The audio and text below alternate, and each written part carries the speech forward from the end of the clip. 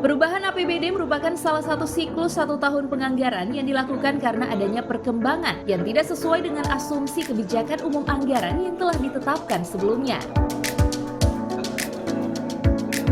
Penyusunan kebijakan umum APBD Kota Gorontalo tahun 2021 dilaksanakan atas berbagai asumsi dasar, antara lain asumsi indikator makroekonomi, baik nasional maupun daerah, serta berbagai asumsi dan estimasi terhadap perolehan pendapatan daerah yang bersumber dari pendapatan asli daerah, dana perimbangan atau dana transfer dari pemerintah pusat maupun yang bersumber dari dana bagi hasil dan bantuan provinsi.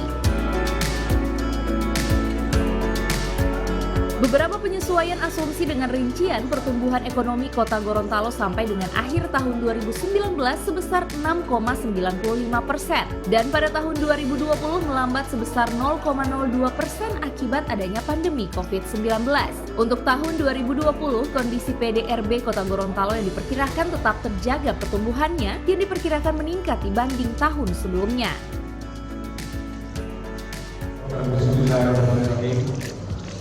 Saya Wali Kota Gorontalo, nama pemerintah Kota Gorontalo menyerahkan rancangan kebijakan umum anggaran 2 dan perintah plafon anggaran sementara APBAS APBD perubahan tahun anggaran 2021. Selanjutnya dibahas dikaji dan ditetapkan sesuai dengan peraturan atau tertib dengan mudah-mudahan kesimpulan dari dokumen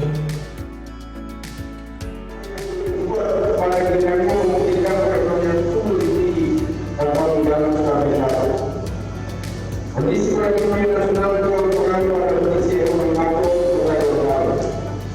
Hal-hal tersebut menyebabkan perlu adanya penyesuaian terhadap asumsi yang telah ditetapkan sebelumnya.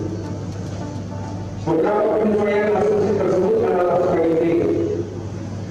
1. Kondisi laju pertumbuhan ekonomi Kota Gorontalo sampai dengan akhir tahun 2019 sebesar 6,92% pada tahun 2020 melambat sebesar 0,02% akibat adanya pandemi COVID-19 dan diharapkan akan lebih meningkat sampai dengan akhir tahun 2021 ini.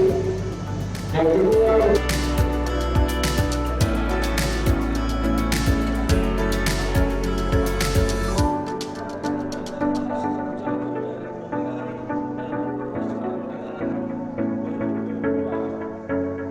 Tim Liputan Advertorial Mimosa TV.